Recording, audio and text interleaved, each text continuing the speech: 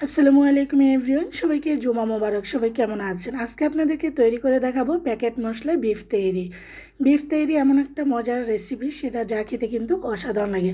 আর packet মশলা হলে তো অল্প সময় খুব ঝটপট তৈরি করা যায়। লোভনীয় বিফ তেহরিটা তৈরি করে দেখাচ্ছি খুব সহজভাবে। চলে যাচ্ছি রেসিপির মূল পর্বে। আমি এখানে 1 প্যাকেট নিয়েছিল রাঁধুনি রেডি মিক্স যে তেহরি মশলাটা, সেটা। এখানে 1 কেজি চিনি গুঁড়া চাল নিয়েছি, কারণ তেহরি বলেন বিরিয়ানি বলেন, আমার কাছে বাসমতির থেকে কিন্তু চিনি গুঁড়া চালেরটাই সবচেয়ে বেশি খেতে ভালো লাগে, ফ্লেভারফুল লাগে। এখানে আমি নিয়েছি হলো 1 কেজি থেকে বেশি হবে গরুর মাংস। একটু ছোট ছোট কাট করে নিয়েছি, রেগুলার যে বড় কাট সেটা না।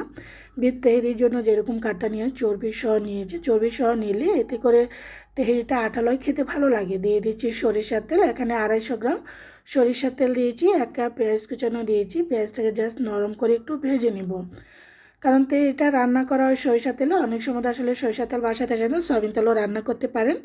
পেঁয়াজটা একটু ভাজা হয়ে আসার পর এখন দিয়ে দিচ্ছি হলো মাংসগুলো। অবশ্যই যখন আপনারা বিরিয়ানি বলেন তেহরি বলেন রান্না করবেন, অবশ্যই চর্বি দিবেন, কারণ চর্বি দিলে আপনি এটার একটা সুন্দর একটা ফ্লেভার পাবেন এবং তেহরি এবং বিরিয়ানি খুব সুন্দর একটা আঠালো একটা ভাব আসে, খেতেও অসাধারণ লাগে। মাংসটা আমি পেঁয়াজ মশলার সাথে অনেকক্ষণ পর্যন্ত কষিয়ে নেওয়ার পরে এখন আমি এটাকে ভালো করে আবার একটু ভেজে নিচ্ছি। যে দেখতে সুন্দর একটা কালার চলে এসেছে।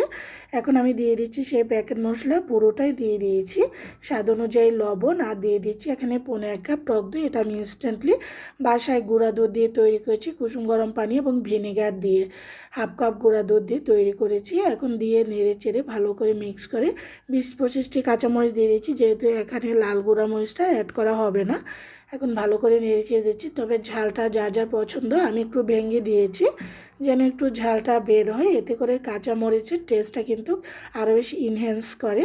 আস্তে আস্তে মাংসটা আমার হয়ে আসছে, দেখতে পাচ্ছেন অলরেডি কিন্তু মাংসটা খুব সুন্দর কালার অলরেডি ছেড়ে দিয়েছে এবং খুব সুন্দর মাংসটা মশলাটা গায়ে গায়ে লেগে তেলটা উপরে চলে আসছে। তো আরও প্রায় 5-10 মিনিট একটু মাংসটা ভালো করে নরম করে নিলে এতে করে টেস্ট আরও ভালো আসে, খেতেও ভালো লাগে। মাংসটাকে এখন আমি উঠিয়ে নেব, একটা বাটিতে রেখে দেবো, যেহেতু আমি ফ্রাইং প্যানটার মধ্যে তেলটা রান্না করব। পুরোটা মাংস উঠিয়ে নেওয়ার পর একটু এখানে মাংস থেকে তেল মশলা রেখে দিয়েছি, এতে করে আপনি যখন তেহিটা করবেন এটার মধ্যে খুব সুন্দর একটা ফ্লেভার চলে আসে। পুরোপুরি একদম তেল মশলা একদম ছেঁকে উঠিয়ে নেবেন না, অবশ্যই একটু মশলা রেখে চালটা ভেজে নিয়েছি। দিয়ে তারপর চালটা ভেজে নেওয়ার পর পরিমতন পানি দিয়ে দিচ্ছি, গুঁড়া দুধ দিয়ে দিচ্ছি, লবণ। আবারও একটু লবণটা যদি না দেন ভালো করে কিন্তু পোলাওটার ভেতরে কিন্তু লবণটা ঢুকবে না, যেহেতু মাংসটা অলরেডি লবণ আছে। পানিটা কিন্তু কমে আসছে, দেখতে পাচ্ছেন। আবার একটু নেড়ে চেড়ে দিচ্ছি, উপর নিচ করে দিলে সুন্দর কিন্তু পোলাওটা সিদ্ধ হয়ে যায়। এখন সেই রান্না করা মাংসটা পুরোপুরি দিয়ে দিয়েছি। আবারও দিয়ে দিচ্ছি 5-6টি কাঁচামরিচ একটু ভেঙে দিয়েছি, এটার টেস্টটা কিন্তু দারুণ আসে, খুব সুন্দর একটা ফ্লেভারও বের আসে। এখন নেড়ে চেড়ে ভালো করে মাংসটাকে আমি মিক্স করে নিচ্ছি। পানিটার থেকে যখন 2/3 ভাগ একেবারে পানি শুকিয়ে গেছে, তখন মাংসটা ঢেলে দিয়েছি, এতে করে মেশাতে খুব সুবিধা হয়। একেবারে শুকিয়ে ফেললে অনেক সময় খুব সমস্যা হয়ে যায়। মাংসটাকে ঢাকনা দিয়ে ঢেকে আমি প্রায় 5-10 মিনিট রান্না করার পর এই যে দেখুন আবার উল্টে পাল্টে দিয়েছি।